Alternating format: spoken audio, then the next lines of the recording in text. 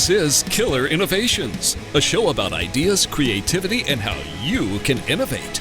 Welcome to the Innovator's Garage, where you learn to create your next game-changing killer innovation. I don't know about you, but this morning when I woke up, I actually went through my normal morning routine where I asked myself a series of questions. Now, if you're a long-time listener to the show, you know I'm kind of a nut or fanatic about questions. And in fact, my first book was all around questions specifically to spark new thinking around innovation. Now, this inspiration for me to do kind of this daily ritual I go through about asking myself a series of questions actually was inspired by Ben Franklin. Ben Franklin started each day and ended each day by asking himself two questions. In the morning, he would ask himself, what good shall I do today? And in the evening, he would ask himself, what good have I done today? And that was kind of the inspiration to say, are there a series of questions that we should just have in front of mind to kind of keep us on track? Another inspiration for me is Albert Einstein. He reportedly say, you learn from yesterday, you live for today, you hope for tomorrow, but the important thing is never to stop questioning. And so my first book, I collected up over, a decade, about 100 questions or so. And I boiled those down to about 40 questions that are in the first book, but all those questions were focused specifically around innovation. What I'm going to share with you today are 9 questions that if you ask yourself daily, if you kind of keep this list on a piece of paper, tack it next to your computer, put it into your phone or your tablet device, whatever, and just go back and look at it regularly. Just by keeping these 9 questions at top of mind, these could just totally transform your career and your success. In fact, I wish I'd had these questions back when I started my career, and I've collected these up over time. People have sent them to me or I've read about them someplace. But I've collected them up. These are the 9 that I use, and I want to share them with you today. So what's the first question? The first question is to constantly ask myself, what is my biggest strength? Now, over my career, my strength has changed. What I thought was my strength was my ability to write software code in college and in my first career. What that really was is that I was good at writing code. It really wasn't a strength. It was what I was really good at. And there's a difference between what you're good at and what is your strength. Now, in the case of what I was good at was writing code, but when I really dug through and understand it, my ability to write code or to create software products that, became award-winning products was because not that I could write great code, but that I could kind of tease out exactly what the customer would need in a product and therefore build a better product. So it was really the ability to see what the customer would need, not what the customer asked for, but what the customer would need. And that became really my core strength. It's this future view, this understanding of where things are going to be 2, 3, 5, 10 years from now. That became my biggest strength, not what I was good at writing code. So you need to sit down and really take a look at what is your strength. And you may start off by looking at what you're good at and then ask yourself, why are you good at it, to understand your strength. And what you want to do is you want to stop doing the stuff you hate. You may be good at something, but you may hate doing it. In high school, I was good at cutting grass. I hated it. I'm a redhead. I don't do well in the sun. So for me, I was good at it, but I hated it, right? So stop doing the stuff you hate. Find your strengths so that you can discover what you're passionate about. So I was good at software coding, but my real strength was this ability to see out and build something that the customer was going to intersect at a year from now or 2 years from now. And my strength really was that ability to see out and see into the future and see what was coming next and see how to build something that customers would want. So question number 1, what is my biggest strength? And my strength has changed over time, or at least I thought my strength had changed over time. But constantly asking this question kind of revalidates it. So this is a question you want to ask on a regular basis. Question number 2 that I ask myself is, am I having fun?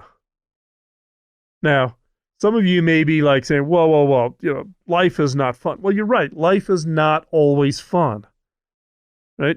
But overall, you need to enjoy what you're doing to be successful. You can only do so much commitment to work or commitment to an activity out of pure energy. You will eventually burn out. If you truly enjoy, if you truly find it fun, then the energy kind of regenerates itself. Your ability to go for that long distance, to commit it all over a long period of time, is really dictated by, are you enjoying it? Are you having fun? Do you find it fulfilling? Do you find it feeds your passion? Do you find that you get up in the morning and you cannot stop yourself from getting up and going to work? So are you having fun? Now, be careful here. You may ask yourself this question, and on a given day, you may be just having a bad day. And so therefore, you're just like, I'm out. Today's not fun, so I'm done. Life isn't fun. The work you do is not going to be fun over the entire time you're doing it. But if you can take a step back and look at it and say, overall, yes, I'm going through a tough time right now with work, career, family, whatever. But overall, it's worth it. Stay engaged. It will be fun over the long haul. We'll all go through these periods where we're going to run into and have some real challenges. So asking yourself, are you having fun, isn't a question about today or this particular instance or this particular challenge. It's that broad scope, are you having fun?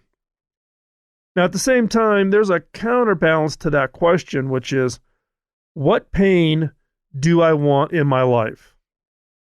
What pain do I want in my life? Now, happiness requires struggles. When we look back on life, we look at things and we say, wow, we went through some hard times, but, that's what actually built us up or made us stronger or made us do something successful. Now, in my own case, my wife and I, when we first got married, we got married in our sophomore year in college. Our first apartment in Evansville, Indiana, was $50 a month, and it was in a condemned building. Yes, a condemned building. In fact, the landlord only allowed us to stay in that building if we agreed not to have mail delivered there. So therefore, people couldn't figure out that we were actually living in that building. $50 a month in a condemned building.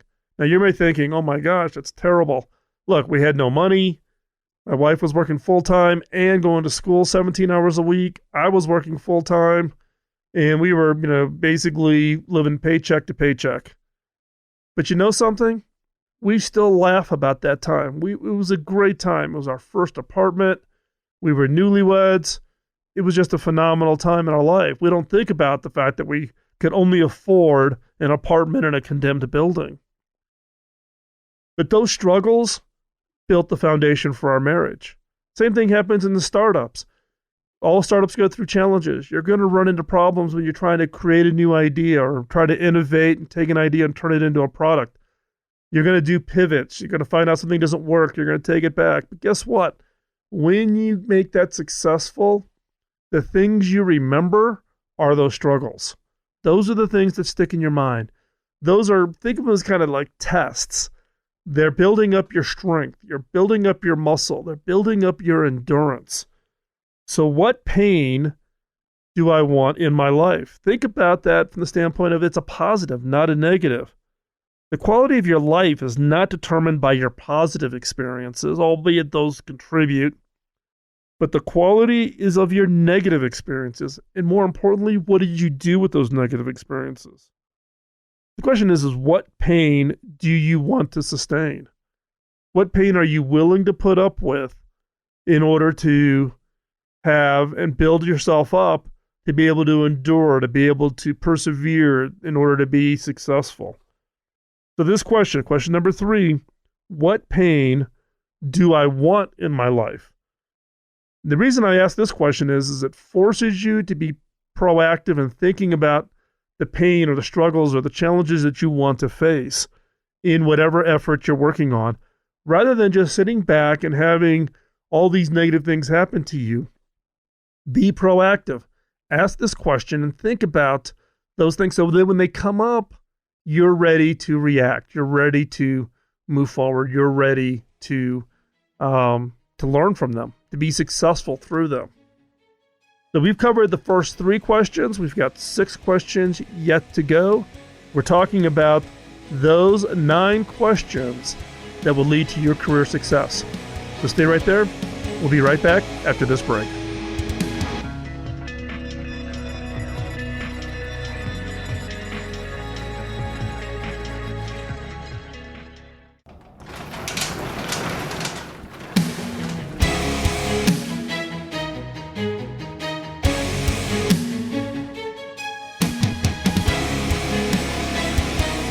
This is Killer Innovations, a show about ideas, creativity, and how you can innovate. Welcome to the Innovator's Garage, where you learn to create your next game-changing killer innovation. We are talking about the 9 daily questions that will improve your career success. This is a ritual that I go through each morning. We've covered the first 3, so we're picking up at question number 4. Number 4 is, what will I do today that will matter 1 year from now? What is it that's in my prioritized list, the work I'm doing, my innovation projects, my side projects, my nonprofits, my work in the community? What will I do today that will matter 1 year from now? Now, this is a very important question for me because I tend to get into this down into the minutia. I get latched onto one specific project and I will dig down into the minutia. And I get my head so stuck in that one little project that I kind of lose perspective. For me, it's important that the work that I do, or some portion of the work that I do, has longevity. That's going to be around for a while. That creates a legacy. So for this question, this one's one really, really personal for me, because it forces me to get out of the minutia and take a step back and look at the broader activities. Look at the things that I'm facing, or the things that I am working on, or the things that I'm prioritizing, and asking myself, will this matter a year from now, or 5 years from now, or 10 years from now, or 100 years from now? What is it that I'm doing, and will this have impact? Now, the way I try to get around this is on the top of my daily to-do list. And I have a daily to-do list, which is typically limited to only 3 items, not 100 items. I pick 3 things that I am going to work on. Then item number 1 is this item that says, what is it that I'm working on, or what task can I work on that will matter a year from now? Therefore, I keep my to-do list, at least with some effort, to be further out rather than being in the tactics. The tactics of, working with the accounting group to close the books, or working with, Andrew, my associate producer, on getting guests scheduled for next Sunday. It is this one task that forces me to kind of look out and take a broader view. It's really about keeping my eyes up rather than keeping my eyes down, looking at my shoelaces as I work through my to-do list. Now, just to give you some insight on projects that I'm working on that will have an impact, I hope, from a year from now, are things like Pioneer Education, which is one of the nonprofits we support. Pioneer Education is building a school in Rwanda, Africa. This is in the Bugesera region, the poorest region of Africa. It's partnered up with Lakeside Fish Farms, which I am an investor in. Lakeside is a fish farm in Rwanda. It's designed as an economic development effort.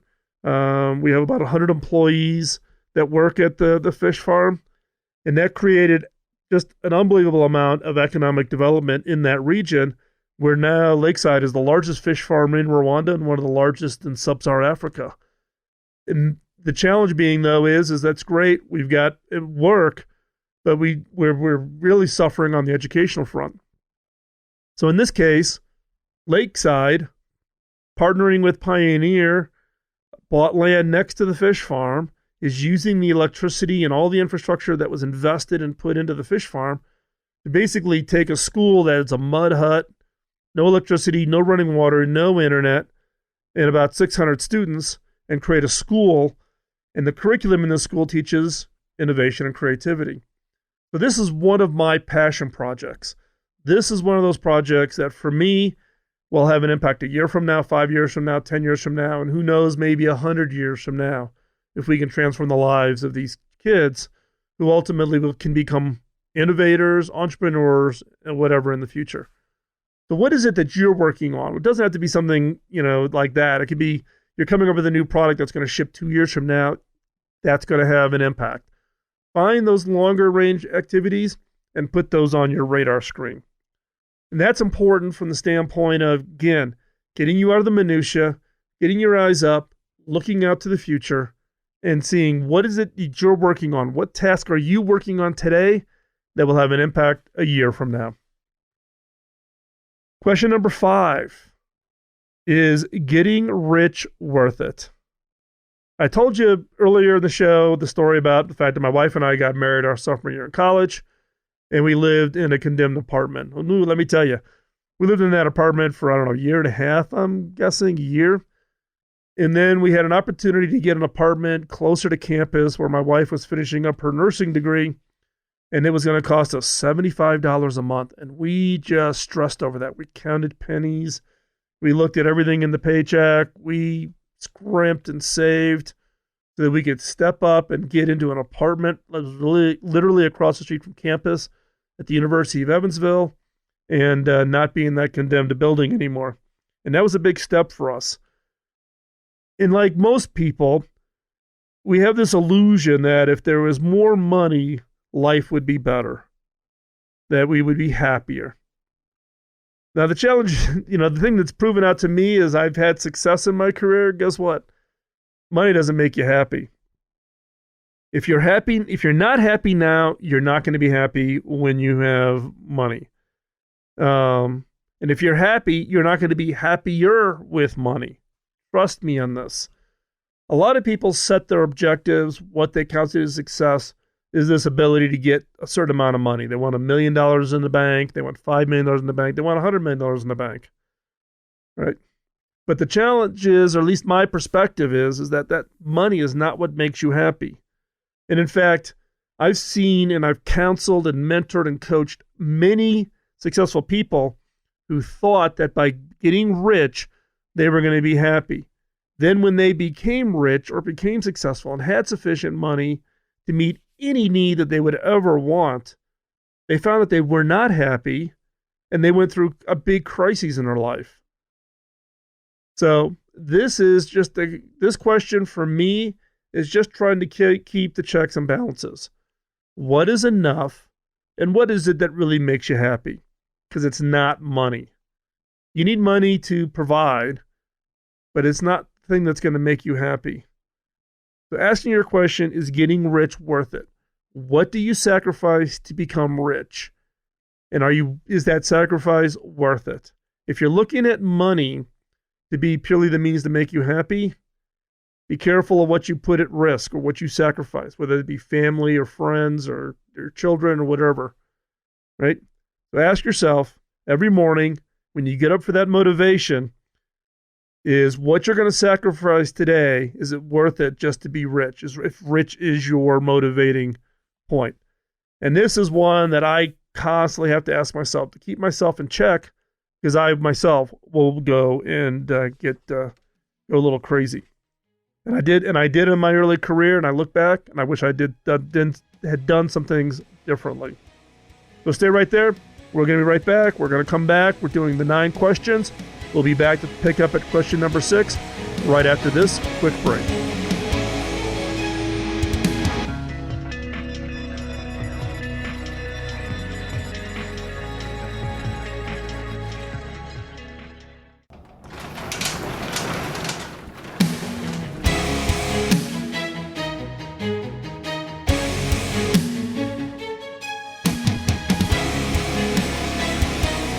This is Killer Innovations, a show about ideas, creativity, and how you can innovate. Welcome to the Innovator's Garage, where you learn to create your next game-changing killer innovation. Before we hop back into the show, I want to thank Zoom, the sponsor for this episode of Killer Innovations. Zoom delivers flawless video, clear audio, and amazing instant sharing so that you and your team can work together no matter where your team members are. Now, how do I know this? I've been using Zoom personally and in my work life daily for the last year to collaborate with my team who is scattered around the world. And it's the first video collaboration tool I've ever used that doesn't suck. Now, it's not just me that thinks so. Gartner recently named Zoom a new leader in its Magic Quadrant for web conferencing this year. So give it a try with a free account that allows you to meet up with 50 video participants. That's right, it's a free account, and you can have up to 50 video participants on a call. Visit killerinnovations.com/Zoom to find out more, and trust me, you will never go back to a different video collaboration tool. So again, go over and visit killerinnovations.com/Zoom to find out more. Now, picking up in our conversation, let's pick up in question number 6. Again, we're talking about the 9 daily questions that will improve your career success. These are not questions tied to innovation or creativity. This is really about the questions that you should go through every day just to kind of give yourself a check, making sure you keep your prioritizations right and keep yourself focused on what is most important. So let's pick it up with question number 6. Now, question number 6 is one that I ask myself every day, which is, what isn't working? What isn't working? Face it, life isn't perfect, right? We always have challenges, whether it's, kids, our relationship with our spouse, or the work world. But asking myself, what isn't working? And I make a list of what is most crappy. It's almost like a reverse list of things that are going really well down to the bottom of the list, which is things that are just, in the toilet. Flip it around, prioritize on the thing that is the most crappy. Now, some of the biggest impact that I've had both in my personal life and in my career is to take that thing that is most crappy and make it okay. It isn't about taking the thing that's really going well and making it perfect. You get a little bit of an incremental bump. But taking something that is just really off the rails and making it okay. Don't have to make it perfect. Just making it okay can sometimes have the biggest impact. In the business world, asking yourself what isn't working for the customer. What is it about your business or your activities or the things you do as an organization that is viewed as crappy in the case of your customer? And then just make it okay, because that is noticeable. And I've just found over my career that just simply making that one little step of finding out what's really not working and then just making it okay. Now, why is this so hard? Now, over careers, most people tend to want to not look at that stuff. They kind of know it's there. Things aren't perfect. They tend to want to pat themselves on the back and say, woo, we're doing this really well. We're doing that really well. And wow, this is going great. We tend not to want to look at it. We kind of shy away from it. We cover our eyes. We don't look at it. We don't want to face what isn't going well. Because in some cases, we think about that as being a reflection on us. It's a reflection on whether or not what we as an individual or us as leaders or whatever, if you're a great leader, everything should be perfect. Wrong. Life isn't perfect. Business isn't perfect. Leaders are not perfect. All of us have our challenges. And just by simply making that list of what is most crappy with whatever it is, whether it's, with our relationship with our partner or spouse, our relationship with our kids, relationship with friends, what's happening in the work world, whatever it is, what isn't working? Make that list. What is most crappy? And then start tackling the worst of the worst with the objective of not making it this absolutely shining, perfect thing, but just take it from being at the bottom of the list to being okay. And in my career, when I've done that, that's had the most significant impact. It's the thing people will notice. Because again, most people don't want to look at where they're failing or where things are going not so well and don't want to invest that time just to get it to be and make it okay. Question number 7. Why so serious? Why so serious?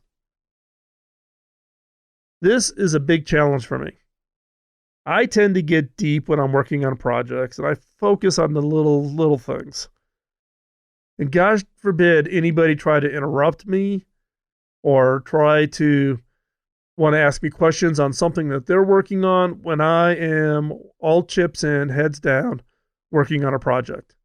I lose all perspective. I lose all points of reference about how this thing I'm working on fits into the much broader scale of what people are doing. So I will go so deep on things.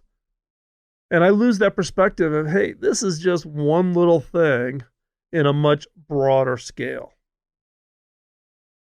My wife and I have this kind of code word we use in these discussions when one of us has kind of gotten off the rails in this area. And that is, be careful, this is only a blip. When you think about the total duration of the existence of the earth, the existence of man, and then you think about your time slice in here, we are a blip. Or as my wife says, a bliphood. We are but a blip. We may think that what we're working on is so grand and so impactful, and we become so serious that we lose all perspective. We lose the ability to sit back and look at this in the grander scale and kind of relax. Take a breath. We don't have to be so serious. I think our work is important, but it's important in the context of recognizing that we're a blip. Now, our hope is that our little blip, that we will leave this world a better place for our kids, our grandkids, our great-grandkids, for future generations. But in the context, let's not be so serious. Let's not jump overboard on the things that we're working on. So what I do in this case is I just ask myself, why so serious? Which causes me to really go back and look at the projects I'm working on, take a step back, and kind of look at it within the context. Look at it within the broader activities. Look at it from the standpoint of what is this going to do over the next year, 2 years, 5 years? And give myself permission to not be so serious. For me, when I say serious, it also drives what I would call the perfection focus. I'm a perfectionist. I'm also a notorious procrastinator, right? I'll wait until the last possible minute to do something. And why? Because I don't want to start the project because I'm already convinced I can't do it perfectly. And rather than just admitting that I can't do it perfectly, I squeeze the time down and then I get the work done and ship it or get it out of the way. And then I used the excuse was I didn't have sufficient time. So it wasn't perfect because I didn't have sufficient time. What it really is, it's me saying, I've got this unbelievable bar for perfectionism that gets in the way. And I use procrastination as really this way to give it as an excuse. And for me, when I say so serious, it's me trying to drive an activity to be perfect. And by asking this question every morning and giving myself and reminding myself, I don't need to be so serious. I don't need to make everything perfect. In some cases, in most cases, there is a level that is good enough. So, asking myself, why am I so serious? is really giving myself that permission to step back, understand the context, and not have to deliver that ultimate perfect solution. So when we come back, we're going to pick up at question number 8. We've got question number 8 and question number 9, and that will be the 9 daily questions that will improve your career success. We'll be right back after this short break.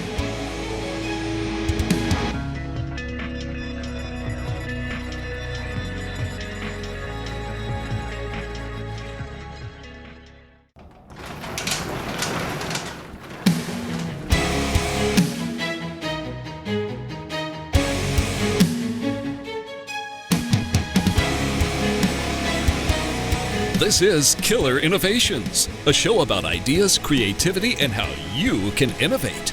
Welcome to the Innovator's Garage, where you learn to create your next game-changing killer innovation. We are talking today about the 9 daily questions you should ask yourself to ensure success in your career. This is based on a habit that I have of each morning running through just a series of questions, and they're more of just keeping them top of mind as I go through my day. We've covered the first 7. Let's pick up at question number 8. Question number 8, how can I learn from this? Look, every day I run into something that doesn't go right, something that I've done wrong, somebody in my staff has not delivered what was expected. My kids, my grandkids, actually, grandkids can never do anything wrong. But the question I always ask myself is, how can I learn from this? Look, we all fail. Now, real successful individuals learn from failure. And in fact, their long-term success is based on the fact that they look at those failures and learn from each and every one of them. And remind yourself that it's a learning experience no matter what the outcome. Now, I've had some real doozies of failures. Things that I did that just didn't turn out. Something that I overlooked that turned out to be a real problem for something that came out down the line, things that I had to take responsibility for. Now, that's the hardest thing to do. I remember right out of college, I was managing a small software development team, and we were producing, this is back with 5.25-inch floppies. We had to duplicate these floppies, and we were producing 100 copies of this product. And turned out that there was a mistake in one of the floppies. So it got duplicated 100 times, and we couldn't ship that product with that mistake. So I literally went 16, 18-hour days for 2 days over a holiday weekend, hand duplicating 5.25-inch floppies to make sure that the disk was right. Because it was my mistake. I screwed up. But the key there that I learned early on, and this was the advice I got from my mentor, Bob Davis, when I had to go to him and tell him about the mistake, he didn't yell, he didn't scream, he didn't throw things at me. What he looked at me and said was, okay, got it. We all make mistakes. What are you going to do about it? What is your plan to correct this? How do we get this done so we can ship this product on time? And it wasn't fair for me to impose on my team to have to fix this. This was a mistake I personally made, and I had to take the responsibility for it. And I was more disappointed in myself. Bob never expressed disappointment in me. I was probably harder on myself. And I pulled out all the stops. I got that thing done, worked crazy hours, got it done. We shipped that product on time. But that was a hard lesson to learn. We're all going to make mistakes. Take responsibility for it. Well, what are you going to do for it? And now, question number 9. Probably one of the most important questions I ask myself each and every day. Question is, do I pick partners and friends who support me, challenge me, encourage me, and help me grow? Do I pick partners and friends who support me, challenge me, encourage me, and help me grow? There's a saying that's going around in Silicon Valley. It's really popular. It says, we are the average of the 5 people we spend the most time with.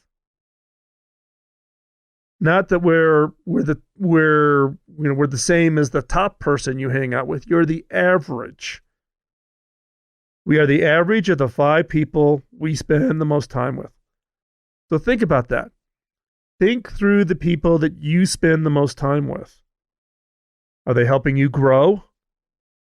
Is their life one that you would be proud to have as yours? The key here is to be selective of who you keep in your inner circle. Again, make a list. List out the 5 people that you spend the most time with. And look at their life. Look at their output. And their output isn't just work. Look at their family life. Look at their kids. Look at the organizations that they're involved in. If you could trade lives with them, would you be proud? This is the case where it's kind of like, when you're hiring, you're always told to hire people smarter than you. Apply this to your friends. Hire friends that are better than you. If you have 5 people that you spend the most time with, if their lives, if you could score them, but they're higher than you, then you get pulled up. Right? So again, you're the average of the 5 people you spend the most time with. So be selective at who you keep in your inner circle. Who do you spend your time with? How do you allocate your time? Surround yourself with people based on common interests, values, things you consider important to your personal growth.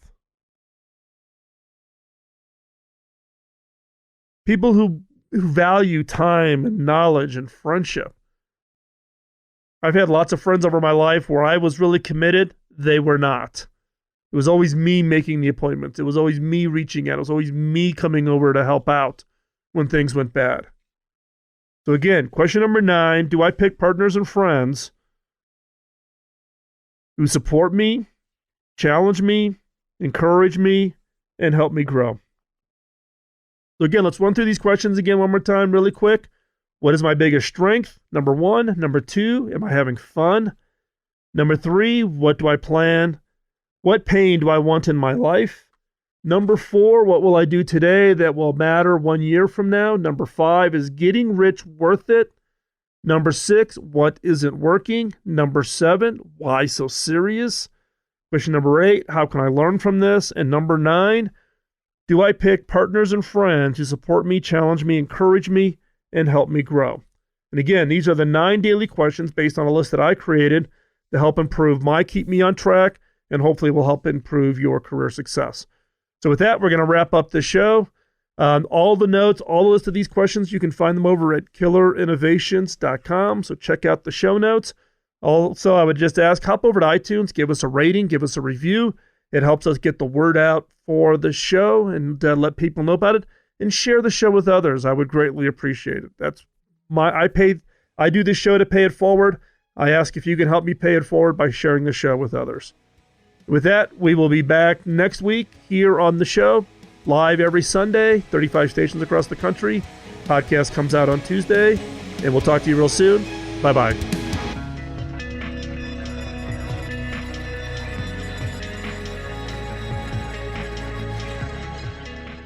Autism. 1 out of every 68 children in America are impacted across every race, ethnicity, and socioeconomic group.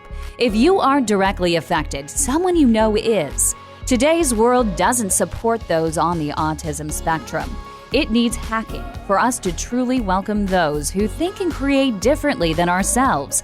We're Hacking Autism, a nonprofit charity with a mission to hack therapy, technologies, and career opportunities that improve the personal and professional lives of people on the autism spectrum. We believe that everyone can play a role in supporting those on the autism spectrum so that they can show their unique talents and abilities in this fast-paced world. You aren't powerless in this fight. Use your gifts and talents to make a positive impact.